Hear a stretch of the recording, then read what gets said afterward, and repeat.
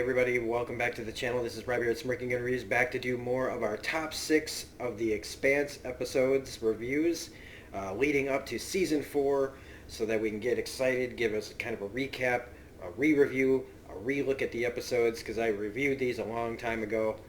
And these were, I misspoke, okay? I thought that when I reached out to my one of my friends on YouTube here, one of my subscribers, who is a member of the Screaming Firehawks, I thought when I asked them to find out what people thought were the best 6 episodes, that this was actually going to be like a poll. We didn't have enough time to do a poll. So my friend did the research and found 6 of the episodes that are fan favorites from each season. And that's what we're doing. So, sorry to clarify. I thought that's what we had. I thought we had a definitive, like, 6 episodes that people chose.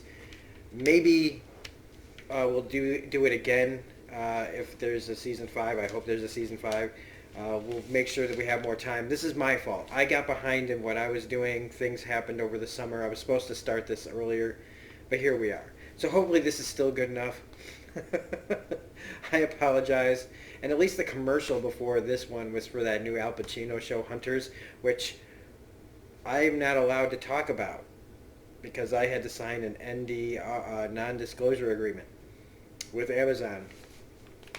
But I've seen the first 3 episodes, and that's all I can say. I don't even know if I'm allowed to say that. It exists as a show, and I've seen them. Anyway, that commercial at least wasn't as bad as that Casey Musgraves. It made me get ready for this show. So this whole episode, basically, the first part of this, and I remember now this whole episode, this is the seeing things from Julie Mao's eyes episode. You know, everybody's, and his crew have been inadvertently following this story. Miller has been directly following the trail of Julie Mao. And in this, we see, some of the stuff that we'd seen already, but like what happened to her, how she got caught, how she ended up in the storage locker, how she ended up infected with the protomolecule, how she ended up leaving. It's all really interesting. And, Miller's telling part of this to Octavia, talking about this is something we're spilling blood over. Julie, meanwhile, she's on the Anubis, and they're trying to get to the scopuli because that's where her father has this protomolecule. They want to intercept it and take it so that nobody, they can't use it against the Belters. But they get intercepted by the stealth ships, and they get boarded, and her whole crew is like beaten to death or thrown out the airlock. But when they find out who she is, they put her away for safekeeping because, if anybody found out that they killed Julie Mao, if Julie Mao's dad found out, there might be consequences. I don't even know really if there really would be consequences because he just seems to be a cold fucking guy. But they eventually, we see the events of like the Canterbury and all this other stuff happen. And she sees the protomolecule. She gets herself into a ship. She puts the thing out of the way so nobody else can find it. And then she takes off. She also uses the name Lyle Polanski, her cover name as an OPA agent, to try to talk to Dawes, who's played by Jared Harris. But he never answers. He never comes. She believed in what this guy was saying, and he left her there to die. She gets back to Ceres Station, tries to, low profile it, and again, wait for Dawes. All these, things that she put herself towards to save people, and she's basically left there to suffer. Because while she was on the ship, she got infected with the protomolecule, and now it's eating her away from inside, turning her and transforming her into God knows what, eating up her insides. It's all really, really tragic, really, really sad. It also it's horrifying, and it looks extremely painful. And again, like she's watching Dawes on the TV, proselytizing or preaching, and all these big words from this guy who's right out there, but she can't go there because of what's wrong with her. And she ends up, destroying all the machines. And it's, they really strip her down and cover her with all this stuff. And she dies in the bathroom. Kind of like a fever at this point, like talking about how she wants to see her ship again. And somehow, this is the part that I never really understood, I guess, after watching it now a second time, even the first time, really, was that I think the first time I watched this, that I thought Miller was coming into the room just as she died, but I can tell this time for sure that, like, she had been dead for a while. Long enough to, like, rack up those, the money on the ship sitting there. So how did she see Miller coming in with the bird? Unless it's kind of this thing that's like we're all connected kind of situation. But she saw him coming in as if to rescue her, knowing that there's no rescue really. But like I said, like it's kind of like a fever dream she was having. So how did she know? I know again, and I'm basically asking you guys out there, how, or was it just kind of like what kind of connection is that? It has to be from the proto molecule that's making this happen, right? So they find her, Miller and them, and don't touch her, don't touch anything. We meet his guy, don't go in the room, don't touch anything there too. Well, Holden and wants information out of Miller. Miller wants information out of Holden. And Mao's guys show up to start cleaning up the place. This guy Dresden, who's another cold. A lot of this feels like an X-File from early in that show, where the government would always be one step ahead, like getting rid of witnesses, cleaning up things, setting things up so that experiments on people. It's all very black ops. I think they also use the word black box, or was that for airplanes? I don't know. But it's all very clandestine type shit that is freaking heinous. And that's what keeps happening throughout this. And it kind of shows like the corruption that has to be in the government that's allowing this to happen, the ineffectuality of the government to prevent these things from happening. These people just allowed, these people with money and that are allowed to make these things and do whatever they want to anyone they want with such secrecy. And the fact that there's so many people that are on board with what they're doing, either from financial gain or for the sake of science, the people that can completely disconnect from humanity to do what they do to other people just so we can learn and strive and grow and evolve as a species is just fucked. Okay? What price? What price should we have for, what line in the sand should we draw for ourselves? When, like, what's when the cost becomes too great? But these people don't seem to have, like, any kind of line in the sand that they ever draw. So, okay, I almost lost my place. So, yeah, they come to claim. So Amos has the right idea, man. It's like, we got to get out of here. This place is getting set up to be, like, if we don't get out of here now, we're never leaving. Miller and Holden realize that they have two parts of the same story. Like, each one has a half of the parts. And we get Avasarala going to Anchorage. She's going to Anchorage because that's where her friend who killed himself, he killed himself, right? He lived, and she talks her way into his office, to say goodbye. But really, it's a secret search, and she finds his cool-ass pencils. These pencils, man, like I said in my other reviews, I believe I said, I want those pencils. And now, like, look at this, okay? Oh my gosh, this poor lady. So on these pencils, though, they have the blueprints for the stealth drives and the stealth ships that are on there. They just can't find out where they came from. Meanwhile, Mao Senior, Papa Mao, He finds out Julie died, but that they got the protomolecule sample and they're ready to do injections on people. So they need to let it learn. And I just want to point out again, Francois Chow. He's really great in this. I mean, he's such a cold dude. He was so fantastic on Lost as the guy behind the orientation videos. His, guy behind the guy, like, or like movie within a movie kind of situation that he was on in that show was always really entertaining. Um, but then they blow up a ship. They blow up a ship in the docks just so that they can keep people there. Again, just another excuse so that if somebody looks into it, they say, "Oh well, nobody was allowed to leave because the ship blew up." But they blow it up. They start injecting people with this stuff.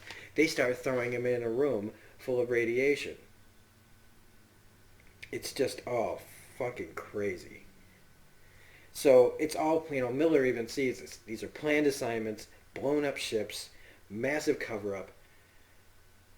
And even Holden, like Naomi, and I'm sorry, I realized I think I was saying Amada still. I don't know what the hell's wrong with me. Amada. It's Nagata, right? That's what I think my friend said to me in the comments. I'm just going to say Naomi from now on, so that way it's, there's not too many ways to mispronounce that name, unless I went, nah, oh my. So I'm just gonna call her Naomi. She wants Holden to get out of there too. It's not your fault, blah blah blah. But he's like, I'm sorry, but I'm making it my business because we've come so far to this. Like I don't want these people to get away with it. So he goes with Miller, and we get to Tycho Station where Fred Johnson. I like that he's practicing for a second, getting ready. That's pretty good. I mean, sometimes people do that probably. Yeah, I do that occasionally right before I go on a video, like getting my feel for it. Most of the time I don't. Most of the time I just sit down and go, okay, let's spin the wheel and see what comes out of my mouth. Um, but tells everybody that he has the evidence proving that he had nothing to do with the Doniger and the attack there. So, I mean, people, again, the Canterbury blows up. They blame it on the Doniger. The Doniger blows up. They blame it on Tycho Station. Everybody, they just keep moving to the one thing to the next. I mean, it's so disgusting if you really think about, how these people get away with these things.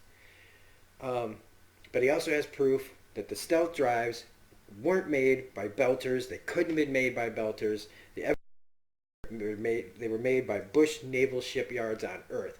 Now, that doesn't necessarily make it just the Earth trying to start a war with Mars. It's a certain segment of Earth trying to start shit with everybody, and that's Mao's whole thing.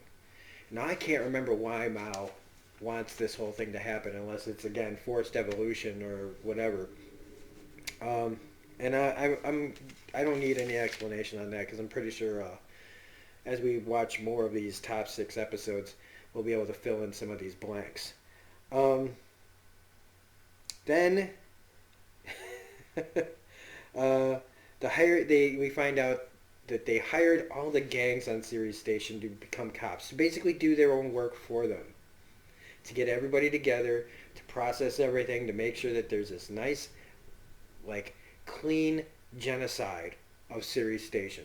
They're basically killing themselves for these people so that they can let this protomolecule loose on the station with these people that are injected and let it learn, let it evolve, let it become us in a way and see what happens. These mad scientists, man, this is like Dr. Frankenstein shit for like in the future.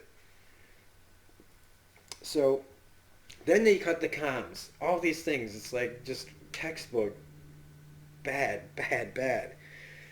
Shootout commences, everybody's firing, chaos ensues. Miller and Holden, after getting the information from the guy that they wanted, and Miller shooting him in the gut, which is it's pretty funny to me. They get hit. They find where all the people are, where they were being injected. They drag the guy there. They open up the door. They see all the bodies, like people dying of the injections.